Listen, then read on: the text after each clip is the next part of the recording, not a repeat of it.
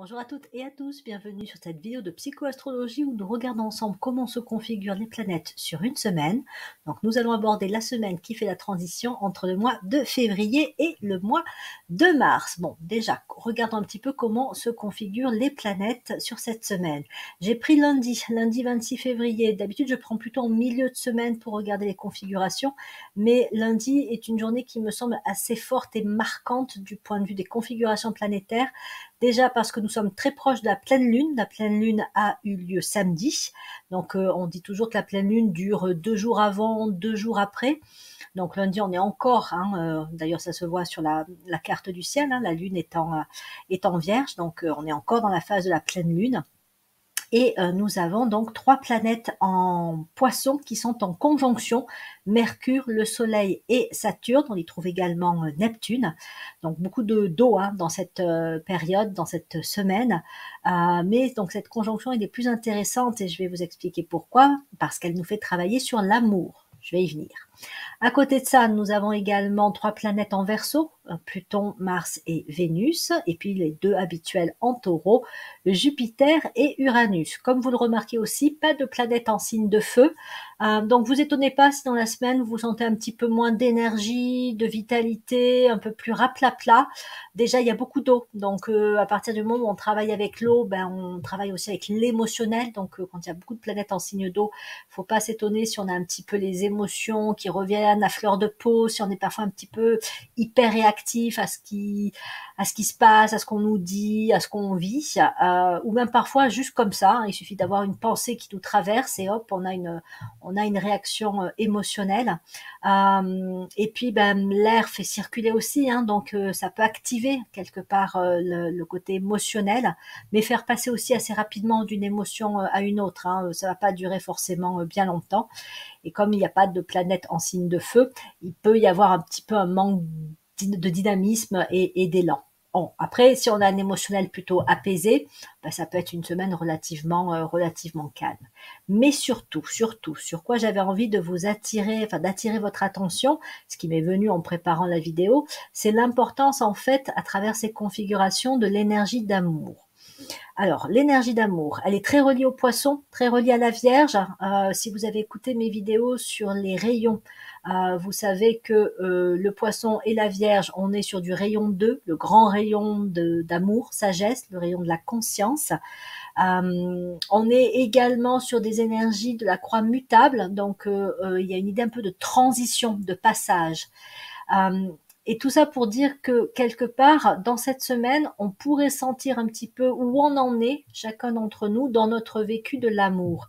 Le poisson, signe de transition, peut nous amener à regarder un petit peu en arrière comment on a vécu l'amour dans notre vie. Alors quand je dis l'amour, on va le prendre à tous les niveaux, c'est-à-dire l'amour au sein de la famille, l'amour dans le couple, l'amour amical avec les amis, le réseau qui aussi peut nous soutenir, nous encourager, à qui on peut aussi apporter de l'affection. Ça peut être nos enfants, ça peut être même nos collègues de travail si on en a. Enfin, c'est vraiment la thématique de l'amour au sens général du terme. Et on peut voir donc comment on a vécu cet amour par le passé. Les histoires d'amour passées également. Soyons pas étonnés si on a un petit accès un peu de nostalgie par rapport à un ancien amoureux ou une ancienne amoureuse, si ça nous revient un petit peu en tête. Le côté émotionnel des signes d'eau et l'absence un peu de feu qui pourrait nous aider à aller un peu de l'avant fait qu'on peut avoir tendance à regarder un petit peu en arrière ou avoir des émotions du passé qui reviennent, le manque aussi d'une personne qui a pu être importante pour nous dans notre vie et qui n'est plus là. Donc il peut y avoir aussi ce petit côté un peu nostalgie de manque de la présence de l'autre. Donc, un retour un peu en arrière.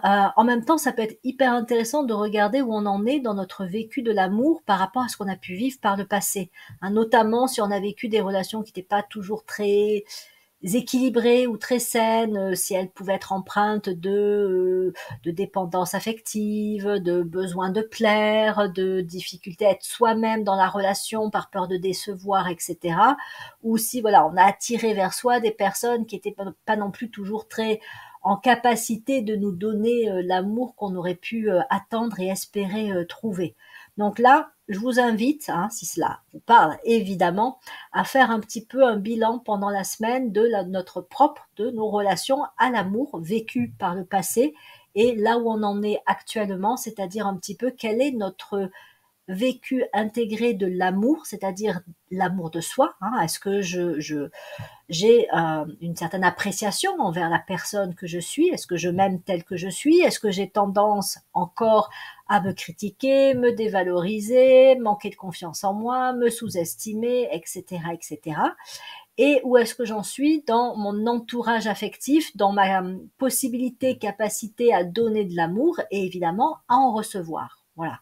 Est-ce que je reçois l'amour dont j'ai besoin? Est-ce que je me donne cet amour-là? Est-ce que je le donne aux autres également? Donc voilà, un petit peu un bilan de l'amour et un bilan aussi de la vision que j'ai à ce jour de l'amour. Qu'est-ce que je pourrais attendre de vivre dans une relation amoureuse, affective, enfin sentimentale, c'est ça que je veux dire, pardon, mais aussi dans mes relations, je sais pas, à mes parents, à mes enfants, etc.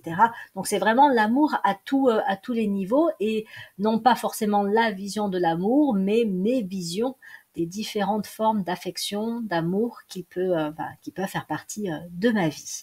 Est-ce qu'il y a des aspects qui m'empêchent à ce jour d'aimer et d'être aimée de façon pleine et entière, hein, est-ce que voilà, j'ai peur de pas être justement aimée ou acceptée telle que je suis? Est-ce que mes expériences passées ont été douloureuses et je me suis un peu fermée au niveau de l'amour? Est-ce que je suis dans la méfiance, l'hypervigilance?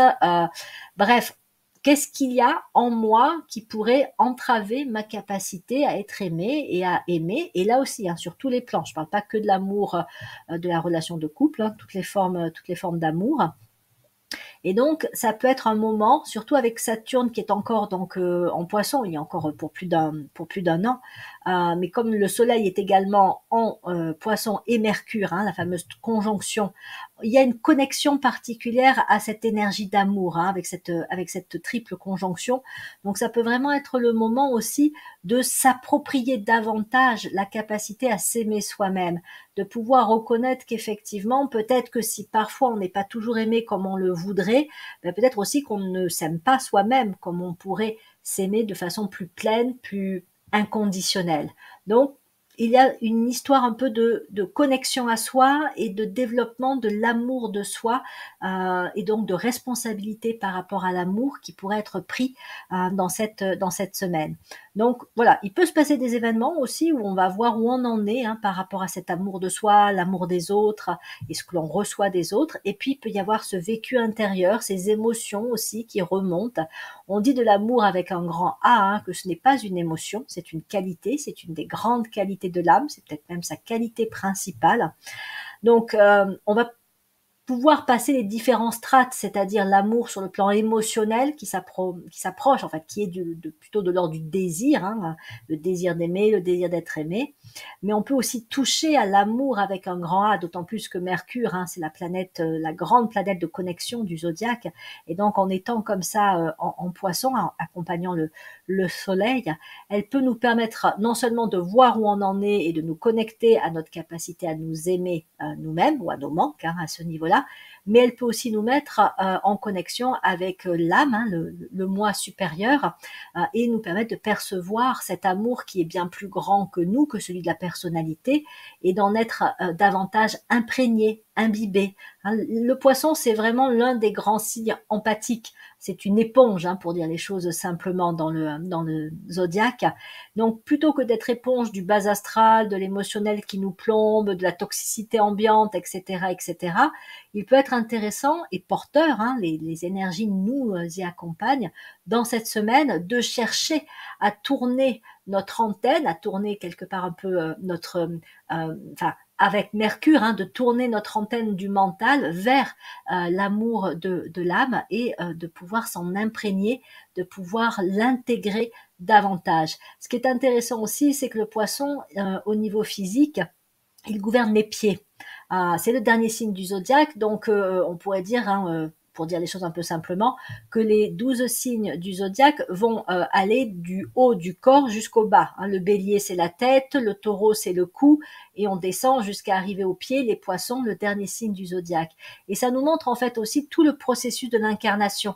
comment quand on vit, on part effectivement de la tête, enfin on connecte avec les énergies qui viennent du haut, par la tête, et ça descend jusqu'en bas, les pieds, jusqu'au plan terrestre, plan physique, hein, les pieds c'est ce qui nous met en contact avec la terre, et donc l'idée aussi c'est que cet amour, on peut le capter du haut, et le faire descendre jusqu'à la pointe, jusqu'au bout des orteils, pour vraiment voilà l'incarner, le vivre davantage. Donc autant encore une fois tourner notre conscience, tourner nos aspirations vers l'amour et l'amour donc supérieur, l'amour de l'âme.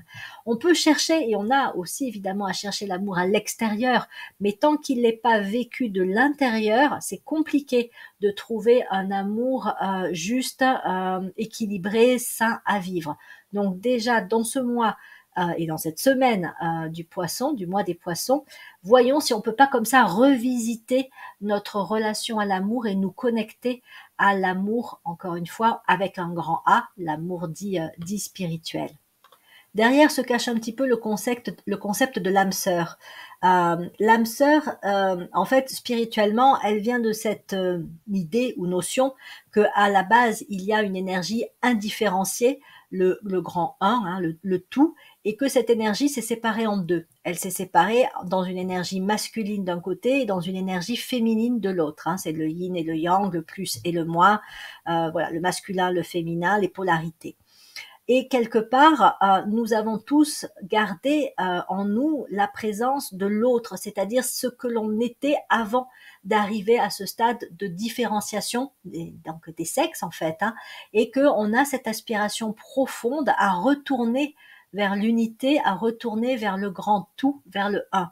Et donc c'est une quête quelque part de l'âme sœur qui nous habite inconsciemment et qui fait qu'on va la rechercher dans des personnes, dans l'autre, et aspirer un petit peu à cet idéal d'amour qui nous ferait retrouver cette notion d'unité.